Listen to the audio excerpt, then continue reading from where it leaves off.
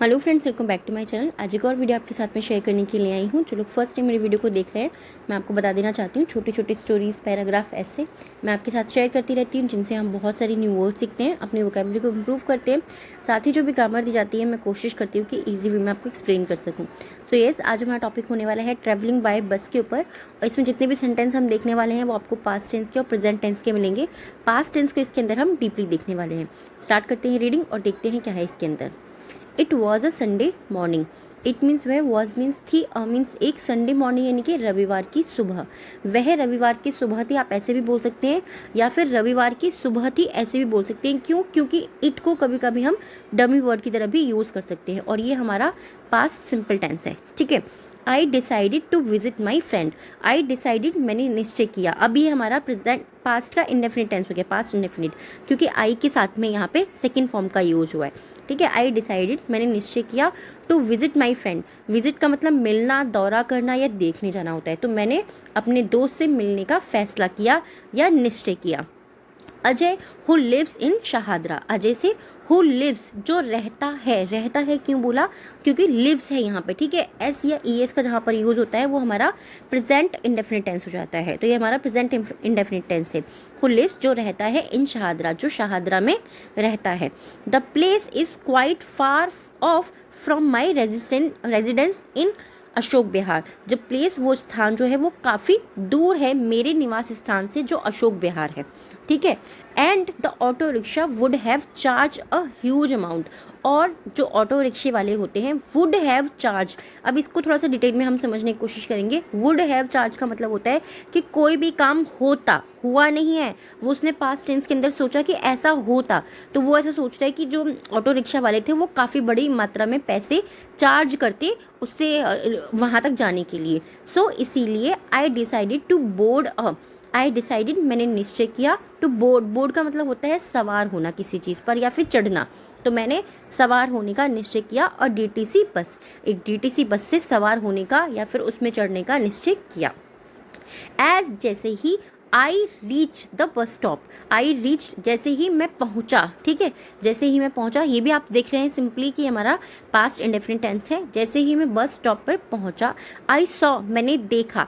Simply एक चीज़ याद रखनी है, जब हम पास्ट टेंस को देखते हैं तो उसके साथ में सेकेंड फॉर्म आ रही होती है, और नॉट का अगर यूज़ नहीं हुआ है तो वो सिंपली हमारा प्रेजेंट इंडेफिनिट टेंस है। ठीक है। आई सॉ, मैंने देखा, अ ह्यूज क्राउड, मैंने एक बड़ी भीड़ देखी, ऑन द रोड, मैंने रोड पर एक बड़ी भीड़ देखी। They all made a dash. They all, वे सभी, मेड यानी कि बना रहे थे या कर रहे थे, अ डैश यानी कि हड़कंप मचा रहे थे या फिर धावा बोल रहे थे। वैन दे सा अ बस कमिंग। वैन यानी कि जब, दे सा उन्होंने देखा, अ बस कमिंग उन्होंने एक बस को आते हुए देखा, तो वो हड़कंप मचा रहे थे या धावा दे रहे थे। ठीक है। डैश का मतलब होता है धावा मचाना। द बसेस वर पैक्ड, जो बस थी वो पैक्ड थी यानी कि वो भरी हुई थी, टू कैपेसिटी, जो उनकी क्षमता थी वो उनसे ज़्यादा भरी हुई थी। सम passengers were even hanging on the gate. Some passengers यानी कि कुछ यात्री, यहाँ तक कि कुछ यात्री जो है वो लटके हुए थे गेट पर, जो उसका दरवाज़ा था बस का। कुछ यात्री यहाँ तक कि बस के दरवाजे पर लटके हुए थे। The lucky ones manage to put their toe on the foothold. Lucky ones यानी कि कुछ भाग्यशाली लोग या कुछ भाग्यवान लोग जो थे। वंस क्यों बोला? क्योंकि वो लोग के लिए यहाँ पर हो रहा है। ठीक है।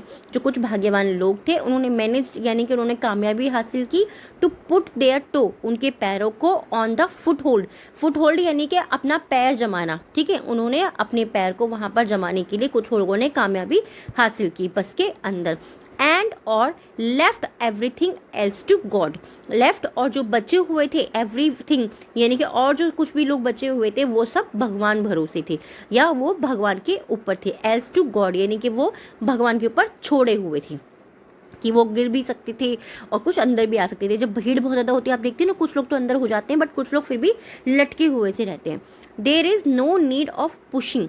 देर इज़, वहाँ नहीं थी, नो नीड वहाँ पर आवश्यकता नहीं थी या फिर ज़रूरत, सॉरी नहीं है, वहाँ पर कोई ज़रूरत नहीं है, ऑफ पुशिंग वहाँ पर धक्का मुक्की की कोई ज़रूरत नहीं है।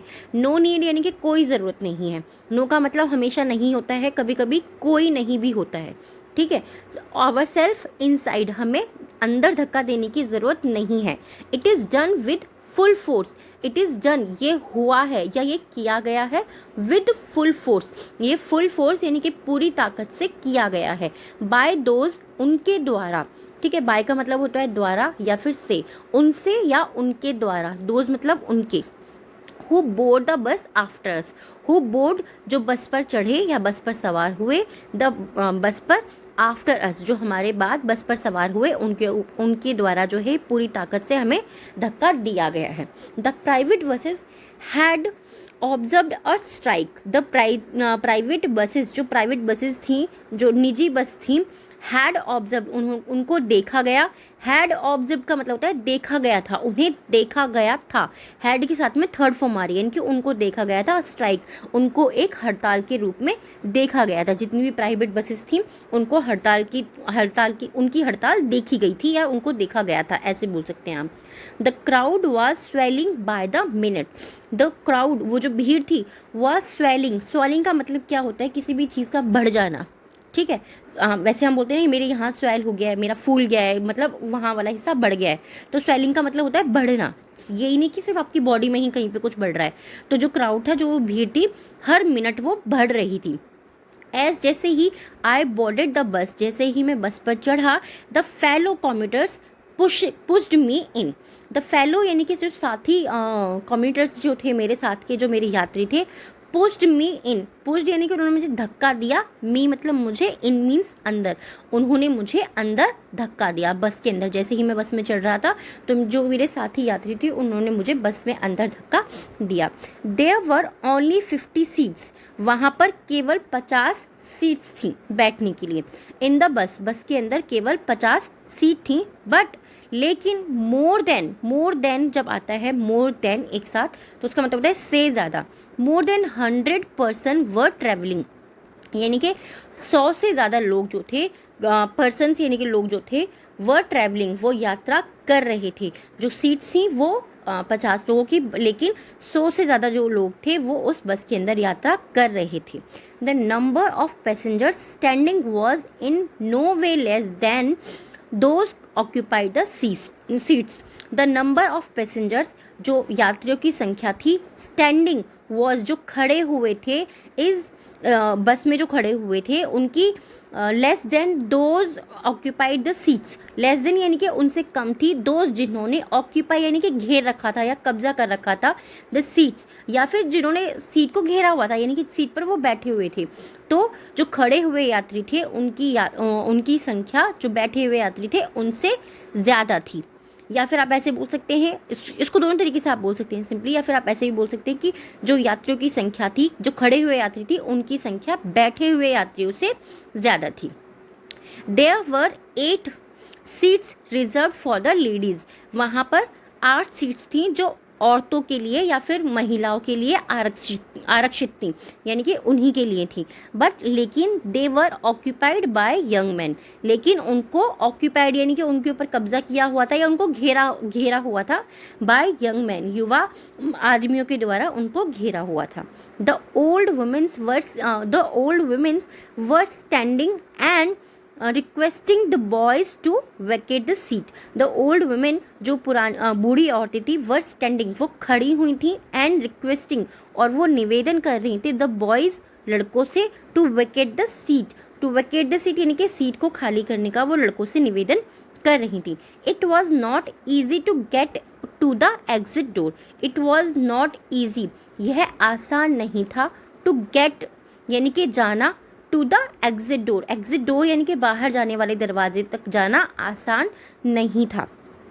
One had to do some, one had यानी कि वन का मतलब मैं आपको बहुत बार बता चुकी हूँ, one had to do some tight rope walking as if it were a circus show, one had to do some tight यानी कि किसी एक व्यक्ति को कुछ तंग तरीके से जाना था, जैसे कि वो रोप वॉकिंग जैसे कि वो रस्सी पर चल रहा हो, मतलब बहुत ही धीरे, बहुत ही पतली जगह से, जब बहुत ज़्यादा भीड़ होती है और आपको निकलना होता है ना, सेम उसी वे में कि जैसे कि वो किसी रस्सी से निकल रहा हो, एज जैसे कि if it were a circus show, जैसे कि ये कोई एक सर्कस का शो हो, बिल्कुल उसी तरीके से। आई होप ये जो टॉपिक है आपको पसंद आया होगा। कैसे लगा है प्लीज़ मुझे कमेंट में ज़रूर बताइएगा।